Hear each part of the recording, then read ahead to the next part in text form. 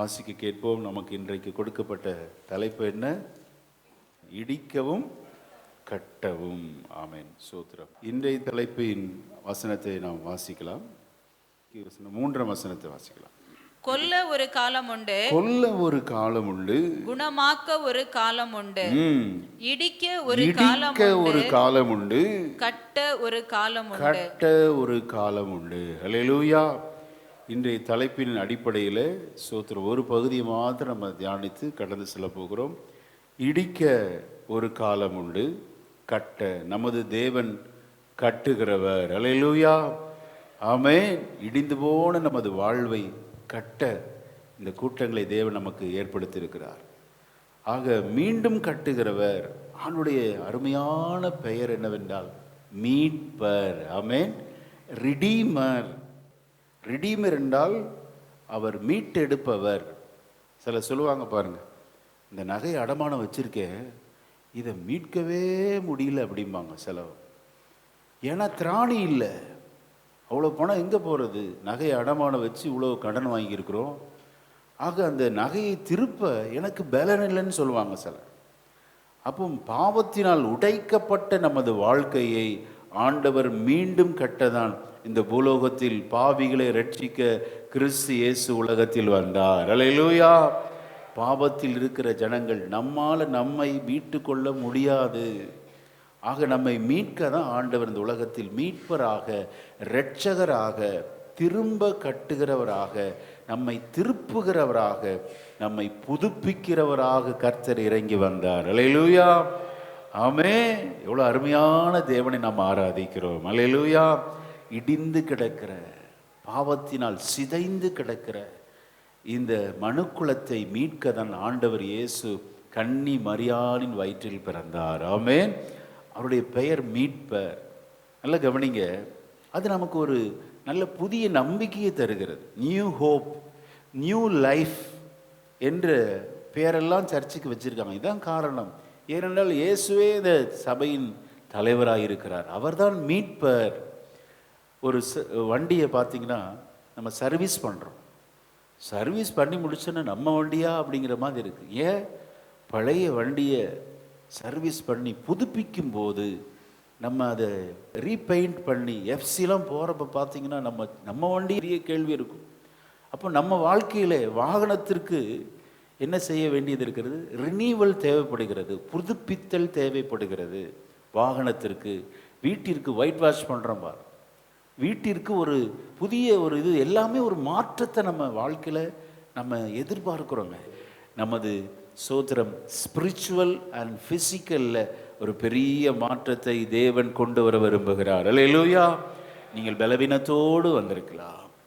சரீரத்தில் ஒரு புதிய பலன் எனக்கு வேணும் சுவாமி, சரீரம் தொய்ந்து போகிறது என்று சொல்லி ஃபிசிக்கலி உங்களுடைய வாழ்க்கையில் அநேக போராட்டங்களை சந்தித்து கொண்டு வந்திருக்கலாம். ஆண்டவர் மீண்டும் உங்கள் சரீரத்தை புதுப்பிக்க அவர் வல்லமையுள்ள தேவனாய் இருக்கிறார். அல்லேலூயா. ஆவியிலே தோய்ந்து போயிருக்கலாம். சரீரத்திலும் நமக்கு ஒரு புதுப்பித்தல் வேண்டியது இருக்கிறது. ஆவி பாருங்க, அநேக நேரம் தோர்ந்து போகிறது. இந்த சரீரம் ஓடிக்கிட்டே இருக்கும், நல்ல பலன் இருக்கும். ஆனால் உள்ளான மனதினில் பார்த்தீங்கன்னா ஒரு எம்டி இருந்துக்கிட்டே இருக்கும், ஒரு காலி இடம் இருந்துகிட்டே இருக்கும். காரணம் என்ன அப்படின்னா, இந்த சாலமோன் சும்மாலாம் மாயைன்னு எழுதலை. நம்ம வாழ்க்கையில் எதெல்லாம் மாயை மனதின் சோர்வை ஏற்படுத்துகிறது அப்படின்னா வேலை. சிலருக்கு பார்த்தீங்கன்னா வேலை திருப்தியாகவே இருக்காது. நல்ல இன்க்ரிமெண்ட் கிடச்சிருக்கும், ஆனால் அவங்க பெரிய லீடரை பார்த்துருவாங்க, அவங்க ஹையர் ஆஃபீஸரை பார்த்துருவாங்க, ஐயோ அவனை மாதிரி நமக்கு இல்லையே. கூட்டி கழித்து பார்த்து நான் அடிக்கடி சொல்லுவேன், உங்களை ஆண்டு நிறைவாக தான் ஆசீர்வச்சிருக்கிறார். உங்கள் கைகளின் பிரயாசத்தில் ஒரு குறைவு இருக்காது. ஆமென். இந்த கண்ணு மனசு இருக்கு பாருங்க, எப்போவுமே ரொம்ப ஹையர் எண்டை தான் விரும்பும். நம்ம எப்படி ஆசீர்வச்சிருக்காரு அப்படின்லாம் பார்க்காது. ரொம்ப ஹையர் எண்டு உயர்ந்த பதவியில் இருக்கவங்கள பார்த்து அவங்கள போல நான் இல்லைன்னு சொல்லி அடிக்கடி சோர்வு வருங்க. ஆக வேலை நிமித்தம் நமக்கு ஒரு பெரிய சோர்வு வருகிறது. இன்பம் சின்ன சின்ன காரியத்தில் நமக்கு சந்தோஷம் முடிவு பார்த்தீங்கன்னா சோர்ந்து போயிடுவோம். ஒரு ஃபோன் வாங்குறேன்னு வச்சுக்கோங்க, எவ்வளோ நேரம் நீங்கள் சந்தோஷமாக இருப்பீங்க? அந்த நாள், அதுக்கு அடுத்த நாள். ஒரு வாகனம் வாங்கினீங்கன்னா, கார் வாங்கினீங்கன்னா ஒரு வாரம் சந்தோஷமாக இருப்போம்னு வச்சுக்கோங்க. அதுக்கப்புறம் ஐயோ அந்த கார் வாங்கியிருக்கலாமே, இதை போய் நம்ம வாங்கிட்டோமே. அப்போ எல்லா இன்பங்களும் ஒரு சில நாட்கள் தான் மேக்சிமம். அதுக்கப்புறம் பார்த்தீங்கன்னா ஒரே சோர்வு, எம்டினஸ். ஆக வேலையில் திருப்தி இல்லை, இன்பம் பொருட்கள் வாங்க. இன்னைக்கு அதான் ஷாப்பிங்கில் பார்த்தீங்கன்னா குமிஞ்சிருக்கிறாங்க. ஷாப்பிங்கில் ஒரு சந்தோஷம் கிடைக்குது, அது எவ்வளோ நேரத்துக்கு? அப்புறம் ஷாப்பிங் முடித்து வெளியே வர்றப்ப தான் தெரியும் கிரெடிட் கார்டில் எல்லாம் மைனஸில் போய் நிற்கிறப்ப. அப்போ தான் ஐயோ பெரிய சோறு, துக்கமாகி போயிடுது. வேண்டாததெல்லாம் வாங்கி தொலைச்சிட்டோமோ அப்படின்னு ஒரு பெரிய சோர்வாகி போயிடுது. ஆக இன்பம் எல்லாம் சிற்றின்பம் தாங்க. பணத்தில் பாருங்க, அடிக்கடி நான் சொல்வேன், செல்வம் செல்வோம்னு போயிடும். 1 லட்சம் கையில் இருந்தாலும் 1 லட்சத்தை வச்சுக்கிட்டே இருக்க முடியுமா? ஏதோ ஒரு செலவு வரும், பார்த்தீங்கன்னா போயிடும். அக்கௌண்ட்டில் இருந்தாலும் நிற்கவே நிற்காது. பணத்தில் திருப்தி இல்லை, வேலையில் திருப்தி இல்லை, பொருட்கள் வாங்குவதில் திருப்தி இல்லை. சாப்பிட்றதுலாம் திருப்தியான்னு பார்த்தா சாப்பிட்டப்ப திருப்தியாக இருக்கும். ஆனால் அடுத்த நேரம் ஆகாரம் வரும்போது அடடா அங்கே எவ்வளோ இருந்துச்சு, இப்போ ஒன்றுமே இல்லையே. அப்போ சாப்பாட்டில் திருப்தி இல்லை. ஞானத்தில், ஞானம் இதெல்லாம் தெரிஞ்சிருக்குன்னு நினைப்போம், கடைசியில் பார்த்தா நம்மளை விட பெரிய ஆளாக இருப்போம், பக்கத்தில் உட்காந்துருக்குறேன். அடடடா சோத்திரம், இதிலும் திருப்தி இல்லை. இப்போ எதில் தான் திருப்தி? தேவனோடு வாழ்கிற வாழ்க்கை தான் திருப்தியான வாழ்க்கை. ஆமென். எதை ஆண்டவர் கொடுத்திருக்கிறாரோ அதிலே ஒரு பரம திருப்தியை கொடுத்து சோத்திரம் நம்மை ஆண்டவர் நிரப்புகிற தேவன். அல்லேலூயா. நமது பிரயாசத்தில் நாம் மகிழ்ச்சியாயிருப்பது தேவன் கொடுத்த அனுக்கிரகம். ஆமென். இந்த மாத வாக்குத்தத்தத்தை வாசிக்கலாமா? பிரசங்கின் புஸ்தகம் 5ஆம் அதிகாரம் 19ஆம் வசனத்தை வாசித்து நம்ம சோத்திர இந்த நாளின் தலைப்பை நாம் தியானிக்கலாம். ஆண்டவர் கொடுத்த அருமையான வார்த்தை பாருங்க. தேவன் ஐஸ்வர்யத்தையும் சம்பத்தையும் எவனுக்கு கொடுத்திருக்கிறாரோ, எவனுக்கு கொடுத்திருக்கிறாரோ அவன் அதிலே புசிக்கவும் தன் பங்கை பெறவும் தன் பிரயாசத்திலே மகிழ்ச்சியா இருக்கவும் அவனுக்கு அதிகாரம் அளிப்பது தேவனுடைய அனுக்கிரகம். தேவனுடைய அனுக்கிரகம். ஹல்லேலூயா. துன்மார்க்கனுக்கு இருக்கிற செல்வ திரட்சியை பார்க்கிலும் நீதிமானுக்கு இருக்கிற கொஞ்சமே நலம். ஹல்லேலூயா. ஆமென். துன்மார்க்கனுக்கு பெருக்கி வச்சிருக்கலாம், அதனால ஆண்டவர் அவன் இருதயத்தில் ஒரு எம்டியை கொடுத்துருவாருங்க. ஆனால் உங்களுக்கு எனக்கும் கொஞ்சமாக கொடுத்தாலும் மன நிறைவை கொடுப்பது எல்லாம் கிஃப்ட் ஆஃப் காட். ஹல்லேலூயா. ஆமென். சின்ன ஓட்டு வீடாக இருக்கலாம், வாடகை வீடாக இருக்கலாம், படுத்த உடனே தூக்கம் வருது பார். இவ்வளோ பெரிய மாளிகையில் இருக்கிறாங்க, ஆனால் அவர்களுக்கு தூக்க மாத்திரை போட்டால் தான் தூக்கம். கவனிங்க, சோதரர் மிக அழகாக சொல்லுகிறார். ஆக இந்த உலகம், இந்த வேலை, உணவு, அறிவு, ஞானம் இவைகள் ஒருபோது நமக்கு நிறைவை தராது. ஆமென். இன்னொரு வசனம் ரொம்ப அழகாக சொல்றார், வாசிக்கலாம். 4ஆம் அதிகாரம் 6ஆம் வசனத்தை வாசிங்க. நம்ம லைஃப் அப்படியே பிரதிபலிக்கிற வசனம். பிரசங்கி 4:6. வருத்தத்தோடும் மனசஞ்சலத்தோடும் 2 கைப்பிடியும் நிறைய கொண்டிருப்பதை பார்க்கிலும், 2 கைப்பிடி உணவு நிறைய கொண்டிருப்பதை பார்க்கிலும் அமைச்சலோடு 1 கைப்பிடி நிறைய கொண்டிருப்பதே நலம். அல்லேலூயா. அப்போ நம்ம ஒவ்வொருவருக்கும் ஆண்டவர் இருதயத்தை நிரப்புகிறவர் நமது ஆண்டவர் இயேசு. அல்லேலூயா. அதெல்லாம் கிஃப்ட் ஆஃப் காடுங்க. இருக்கிற குழந்தையில நீங்கள் சந்தோஷமாக இருங்க, இருக்கிற செல்வத்தில், இருக்கிற வீட்டில், கர்த்தர் கொடுத்திருக்கிற வேலையில் மன திருப்தியாக இருந்து பழகுங்க. படிப்படியாய் உங்களை ஆண்டவர் உயர்த்தி கொண்டே போவார். ஆமென். சோத்திரம். ஆக எது நமக்கு மாயை? தேவனை விட்டு விடுவது, தேவனை விட்டு தூரம் போவது, சோத்திரம், தேவனை மறுதலிப்பது, முறுமுறுப்பது, நம்மை மறைத்து வாழ்வது, இதெல்லாம் நமக்கு மாயைங்க. என்றைக்கு தேவன் நம்முடைய வாழ்க்கையில் இல்லாமல் போகிறாரோ எல்லாம் மாயை, சூனியமாக இருக்கிறது. ஸ்தோத்திரம். நாம் ஒரு அறிவை நாம் பெற்றுக்கொள்ள வேண்டும். இந்த பிரசங்கின் தியானத்திலிருந்து ஸ்தோத்திரம், இந்த மாயை என்ற அந்த வார்த்தை நம்ம இருதயத்தில் பதிகிறது நல்லது. ஏன் தெரியுங்களா? இந்த மாயைங்கிறது இருக்கிறனால தான் நம்ம என்ன வேண்டியதற்கு மிஞ்சி யோசிக்க மாட்டோம். நம்ம புரியுதுங்களா? அந்த வார்த்தையை நான் சொல்கிறேன். தன்னை குறித்த மிதமெஞ்சிய எண்ணத்தை உருவாக்கி பெருமை கொள்ள வைக்கிறது மாயைங்கிற எண்ணம் இல்லைன்னா. ஆமாம்ல, இதெல்லாம் கொஞ்ச நேரம் தாங்க. உணவு எவ்வளோ நேரம்? சில சொல்லுவாங்க தொண்டைக்கு கீழே போனால் நரகல் அப்படின்ட்டுருவாங்க. அதுக்கு போய் என்ன இவ்வளோ அடித்து பிடிச்சி இருக்கிற சாப்பாட்டில் இருக்கிற உணவில் திருப்தியாக இருப்பது. அல்லேலூயா. ஆக எல்லாம் உணவாகட்டும், சில பொருட்கள் வாங்குவதாகட்டும், வேலை ஆகட்டும், இன்க்ரிமெண்ட் ஆகட்டும், நல்ல ஆசீர்வாதங்கள் ஆகட்டும், சொத்து, வீடு, வாசல், ஆமீன், எல்லா பிஸ்னஸின் வருமானங்களாகட்டும், எல்லாவற்றிலும் திருப்தியாக இருப்பது நம்மால முடியாது, தேவனுடைய அனுக்கிரகம். அல்லேலூயா. இந்த மாதம் ஆண்டவர் அதை கொடுத்து இந்த 2025 மனநிறைவோடு முடிக்க அப்பன் இயேசு நமக்கு உதவி செய்வார். விசுவாசிக்கிறீங்களா? அதற்குரிய பரிசை கர்த்தரே தருவார். நல்ல கரங்களை தட்டி ஆண்டவரை மகிமைப்படுத்துவோமா? ஹல்லேலூயா, ஹல்லேலூயா. ஆண்டவர் நமது பிள்ளைகளுக்கு வேண்டிய பரிசை கொடுத்து நீர் அவர்களை கனம் பண்ணுவீராக ஆண்டவர். ஆமென். பணத்தையும் அவரே கொடுக்கிறார், ஐஸ்வர்யத்தையும் அவரே கொடுக்கிறார். அப்போ நம்ம எப்படி இருக்கக்கூடாதுங்கிற ஒரே ஒரு வசனத்தை ரொம்ப சுருக்கமாக சொல்லியிருக்கிறார் பாருங்க. அது ரொம்ப அழகாக எழுதியிருக்கிறார். வாசிக்கலாம். 5:10 வாசிக்கலாம். பணப்பிரியன் பணத்தினால் திருப்தி அடைவதில்லை. செல்வப்பிரியன் செல்வ பெருக்கினால் திருப்தி அடைவதில்லை. இதுவும் மாயையே. ஆக 2 குணம் நமக்கு இருக்கவே கூடாது. பணப்பிரியர்களாய், செல்வத்தை குவித்து சொத்தை சேர்க்கிறவர்களா, இது 2 ரொம்ப டேஞ்சருங்க. ஆனால் பணம் வேணும், பணம் எல்லாவற்றுக்கும் உதவும். பணத்தை தருகிறவும் கர்த்தர் தான். நீங்கள் நல்லா கவனிக்கணும். ஐஸ்வர்யத்திற்கு, செல்வத்திற்கு நம்முடைய ஆண்டவர் எதிர் அல்ல. ஏன்னா இப்போ தான் நம்ம இந்த மாதம் வாக்கு தத்தமே ஐஸ்வர்யத்தை கொடுப்பேங்கிறாரு. சம்பத்தை அவர் கொடுக்குறவங்க வாங்கிக்கோங்க. ஆனால் நாம பிரியம், அந்த பிரியங்கிற அந்த விட மட்டும்தான் நம்ம வாழ்க்கையில் ரொம்ப அபாயத்தை குறிக்கிறது. பணம் வேணும், பணம் எல்லாவற்றுக்கும் உதவும். பணம் இல்லாமல் வாழ முடியாது. ஆனால் பண பிரியர்களாய் வாழக்கூடாது, செல்வ பிரியர்களாய் வாழக்கூடாது. இது ரொம்ப டேஞ்சர். நம்ம வாழ்க்கையில் இருதயத்தில் அடிக்கடி இது என்ன உருவாகும் அப்படின்னா, ஒரு எம்டினஸ், ஒரு தொய்வு, சோர்வு ஏற்பட்டு நம்மை நிலைகுலைய செய்துவிடும். தேவஜனம் ஜாக்கிரதையாக இருக்க வேண்டும். அல்லேலூயா. இப்போ நம்ம வருவோம். நம்முடைய ஆண்டவர் கட்டுகிறவர். எப்படி கட்டுகிறாராம்?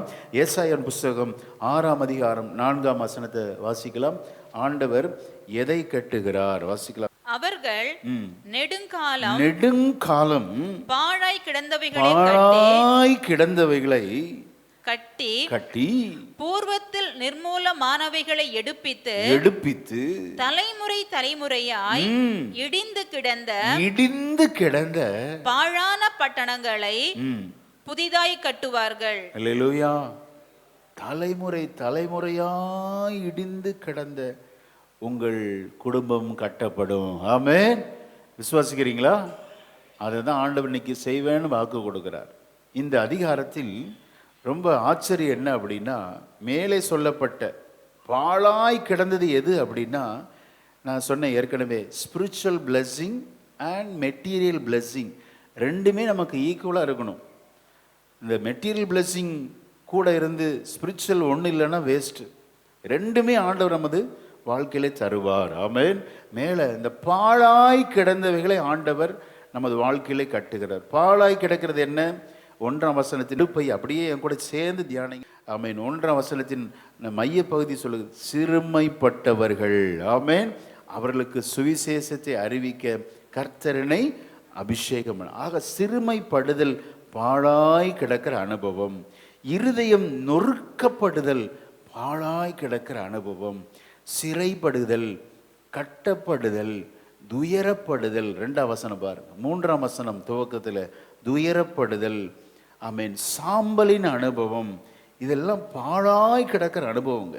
துயரம், ஒடுங்கின ஆவி, ஸ்தோத்திரம், இப்படியெல்லாம் பாழாய் கிடக்கிற நமது வாழ்க்கை ஆண்டவர் கட்ட விரும்புகிறார். ஆமென்.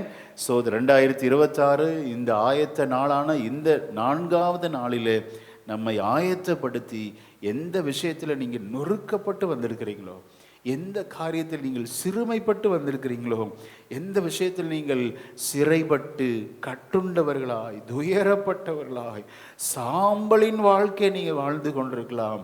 ஆமேன். கர்த்தர் அதை மாற்றுவேன் என்று இந்த 4வது நாளிலே பலிபீடத்திலிருந்து கர்த்தர் நம்மை ஆசீர்வதிக்கிறார். அல்லேலூயா, ஆமேன். சோத்திரம். இதான் ஸ்பிரிச்சுவல். வெளியே தெரியாது, வெளியே பார்க்க அப்படியே மைனர் மாதிரி இருப்போம், ஆனால் உள்ள பார்த்தா தான் தெரியும்.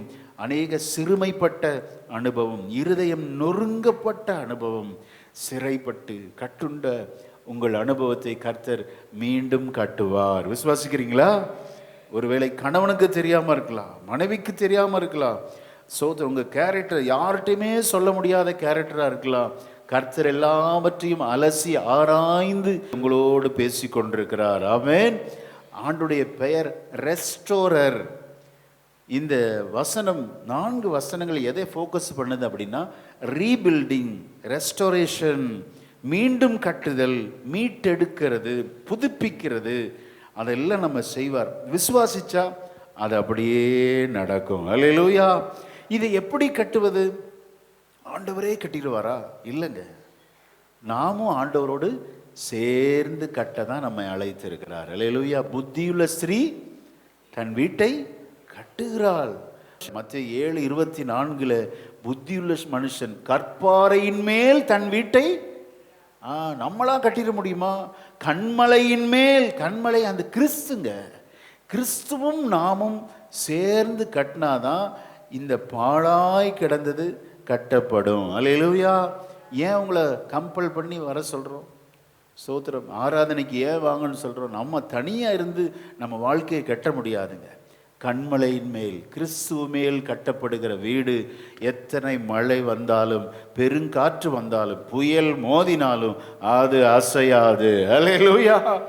ஆக நமது வாழ்க்கை கட்டப்படணும். விசேஷமாக ஸ்தோத்திரம், ஆவிக்குரிய வாழ்க்கை மாத்திரமல்ல, பொருளாதாரத்திலும் இந்த கை ஆசீர்வதிக்கப்பட வேண்டும். ஆமென். ஸ்தோத்திரம். எத்தனை பேர் விரும்புகிறீங்க? அல்லேலூயா. கொடுக்கிற கை அப்படி இருக்கணும். அப்படின்னா வாங்குகிற கை எப்பவும் கீழே தான் இருக்கும்.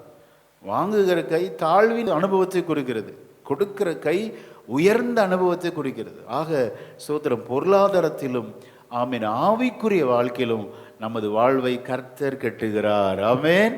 127ஆம் சங்கீதம் முதல் வசனம் என்ன சொல்லுகிறது? கர்த்தர் வீட்டை கட்டாராகில் கட்டுகிறவருடைய பிரயாசம் விருதா அப்படிங்கிறார், வேஸ்ட் அப்படிங்கிறார். இப்போ ஆண்டவர் தான் கட்டுகிறவர். அப்போ ஆண்டவரே கட்டிடுவார்னு விட்டுடலாமா? புத்தியுள்ள மனுஷியாய், புத்தியுள்ள மனைவியாய். சரி, மனைவி வேலைன்னு விட்டுடலாமா? மத்தேயு 7:24 புத்தியுள்ள மனுஷன், புருஷனை குறித்து சொல்லுகிறது. ஆக புத்தியுள்ள மனைவி, புத்தியுள்ள புருஷன் யாரோட சேர்ந்து கட்டணும்? கர்த்தர் வீட்டை கட்ட, கர்த்தரோடு சேர்ந்து நாம் கட்ட வேண்டும். அல்லேலூயா. அதற்காகத்தான் எம்பெருமான் இயேசு இந்த உலகத்தில் வந்தாருங்க. நம்மை உயர்த்த, நம்மை ஆசீர்வதிக்க, நம்மை மீட்டெடுக்க, உளையான பாவத்தின் சேற்றில் இருக்கிற நம்மை தூக்கி எடுத்து நிறுத்தி பரிசுத்தவான்களோட ஐக்கியத்தோடு இணைத்திருக்கிறார்னா எவ்வளோ பெரிய கிருபை. அல்லேலூயா. ஆமென். அப்போ ஆண்டவரோடு சேர்ந்து நம்ம வாழ்க்கை கட்டணுங்க. 2026 இந்த வசனத்தை நம்ம மறந்துடக்கூடாது. சோத்திரம், நமது ஆண்டவர் கட்டுகிறவர். ஆமென். சோத்திரம். பாருங்க, ஆனால் இடிந்து கிடக்கிறது, பாழாய் இடிந்து கிடக்கிறது, சிறுமைப்பட்டு இருதயத்தில் நொறுங்குண்டு சிறைப்பட்டு காயப்பட்டு கிடக்கிற நமது வாழ்க்கையை மீண்டும் ஆண்டவர் கட்ட விரும்புகிறார். ஆமென். தேவை ஆண்டவரோடு இசைந்து நாம் செயல்படணும். இந்த ஏசாயாவின் புஸ்தகத்தில் வாசிக்க கேட்ட இந்த முதல் 3 வசனம் இருக்கு பாருங்க. இந்த 3 வசனம் அப்படியே ஆண்டவரை குறிக்கிறது. வாசிக்கலாம். புதிய ஏற்பாட்டில் அது பிரதிபலிக்கிறது. வாசிக்கலாம். லூக்கா எழுதின சுவிசேஷம் 4ஆம் அதிகாரம் 17ஆம் வசனத்தை வாசிக்கலாம். அப்பொழுது ஏசாயா தீர்க்கதரிசியின் புஸ்தகம் அவரிடத்தில் கொடுக்கப்பட்டது. அவர் புஸ்தகத்தை விரித்த போது, யாரிடத்துல? ஏசப்பாட்ட எப்போ கொடுத்தாங்க அப்படின்னா ரொம்ப ஆச்சரியமா இருக்கும். முந்தின வசனத்தை வாசிக்கலாம். லூக்கா 4:16. தாம் வளர்ந்த ஊராகிய நாசரேத்துக்கு அவர் வந்து தம்முடைய வழக்கத்தின்படியே ஓய்வு நாளில் ஜெப ஆலயத்திலே பிரவேசித்து. பாத்தீங்களா, ஓய்வு நாள ஒரு நாள் கூட மிஸ் பண்ணல ஆண்டவர் நமக்கு எப்படி நல்ல ஒரு முன்மாதிரி காமிச்சிருக்காரு பார். தன்னுடைய வழக்கத்தின்படியே போய் அங்க உட்கார்றாரு. இப்ப அவர் கையில எதை கொடுக்குறாங்க? ஏசாயாவின் புஸ்தக சுருள் கொடுக்குறாங்க. இப்ப ஆண்டவர் எழுந்து நின்று அழகாக வாசிக்கிறார். வாசிக்க கேட்போம். 18ஆம் வசனத்தை வாசிக்கலாம்.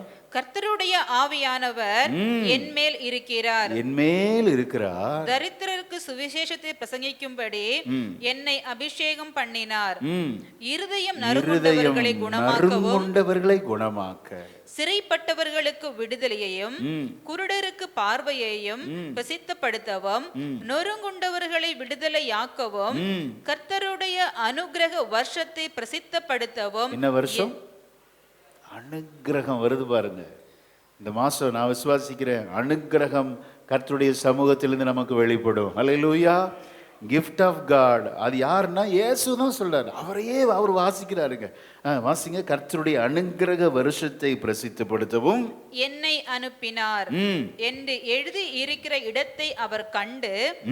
அந்த இடத்தை அவர் கண்டு. எது? ஏசாயா புத்தகம் 61:1-3 அந்த வசனத்தை கண்டு வாசித்து புஸ்தகத்தை சுருட்டி பணிவிடைக்காரன் இடத்தில் கொடுத்து உட்கார்ந்தார்.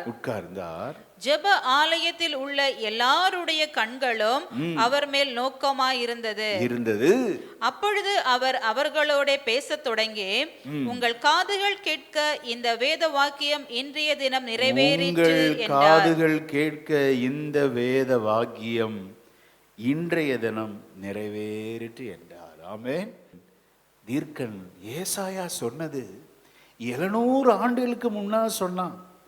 அது யாரும் இல்லை, அனுக்கிரகம் நான் தான் என்று சொல்லி ஏசாயா சொன்ன வார்த்தையை சொல்லி தேவன் தன்னை அவர் மீட்பராக வெளிப்படுத்துகிறார். அல்லேலூயா. நொறுங்குண்டு வந்திருக்கிறீங்களா? தரித்திரத்தில் இருக்கிறீங்களா? சிறைப்பட்டு இருக்கிறீங்களா? குருடராக இருக்கிறீங்களா? உங்களை விடுதலையாக்க பரமபிதா என்னை அனுப்பினார் என்று சொல்லி வேத வாக்கியத்தை ஃபுல்ஃபில் பண்றதுல ஆண்டவரை போல ஒருவருமே இல்லை. ஆமென். எழுதின தீர்க்கதரிசி கூட இறந்துட்டாங்க. 700 ஆண்டுகளுக்கு முன்பாக எழுதப்பட்டது. ஆனா விட்டுருவாரா? ஏசாயா வந்து கேட்க போறாரா, ஆண்டவரே நீ ஏன் இதை நிறைவேற்றவில்லை? 700 ஆண்டு ஆயிடுச்சு, அவனே செத்து போயிட்டான். ஆனா வேத வாக்கியத்தின் வசனத்தை நிறைவேற்றுவதில் கர்த்தர் உண்மை உள்ளவராய் இருக்கிறார். அல்லேலூயா. இந்த 4வது நாளிலே இடிந்து கிடக்கிற பாழாய் கிடக்கிற உங்க குடும்ப ஜீவியத்தை கர்த்தர் கட்ட விரும்புகிறார். அல்லேலூயா. அவர் நிறைவேற்ற அவர் உண்மையுள்ளவராய் இருக்கிறார். விசுவாசிக்கிறவங்க நல்ல கரங்களை தட்டி கர்த்தருக்கு மகிமைப்படுத்துவோமா? பாழாய் கிடக்கிற, தரித்திரத்தில் இருக்கிற, நொறுக்கப்பட்டு இருக்கிற, சிறைப்பட்டு இருக்கிற, துயரப்பட்டு இருக்கிற உனக்கு ஒரு விடுதலை அளிக்க தேவன மத்தியிலே விடுதலை நாயகனாய் வந்திருக்கலையா. நல்ல கரங்களை தட்டி கொஞ்ச நேரம் ஆண்டவர் ஆராதிக்கலாமா? ஆண்டவர் நம்மை கட்டுகிறவர், மீண்டும் கட்டுகிறவர், ரீபில்டிங், ரெஸ்டோரேஷன், ரினிவல். நம்மை புதுப்பிக்கிறவர். ஆமென். நொறுக்கப்பட்டு வந்திருக்கலாம். இந்த காலவேளையிலே ஆண்டவர் நமது வாழ்வை கட்டி 2026 ஒரு பெரிய ஆசீர்வாதத்துக்குள் நாம் குடும்பமாய் பிரவேசிப்போம். யாரும் தடை செய்ய முடியாது. ஹல்லேலூயா. நொறுங்குண்ட நெஞ்சமே நோக்கிடு இயேசுவை,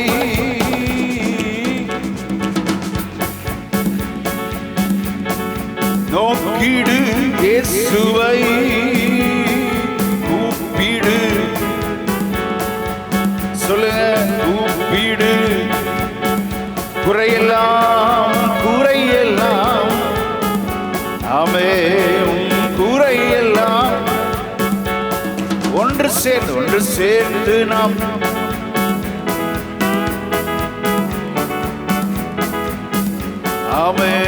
ஒன்று சேர்ந்து நாம் இல்ல கரங்களை தட்டி தான் பாடலாமே. ஆமென். திராணிக்கு மேலாக சோதிக்கப்பட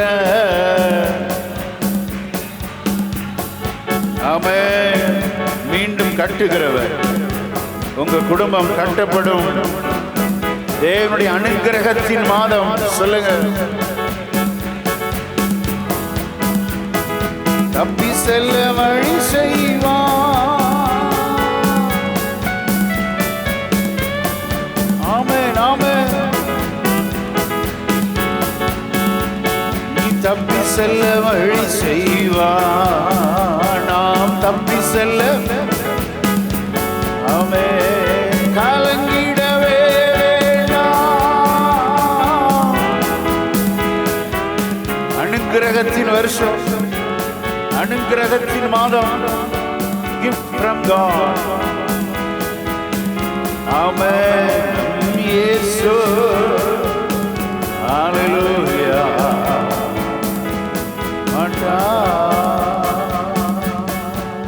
பரிசுத்தமுள்ள நல்ல பிதாவே, நீர் எங்களை மீண்டும் கட்டுகிறவர், நீர் எங்களை புதுப்பிக்கிறவர்.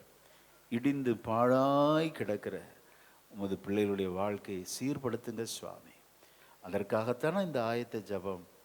எங்களை சரிப்படுத்தி, சீர்படுத்தி, பலப்படுத்தி நிலைநிறுத்துவீராகப்பா.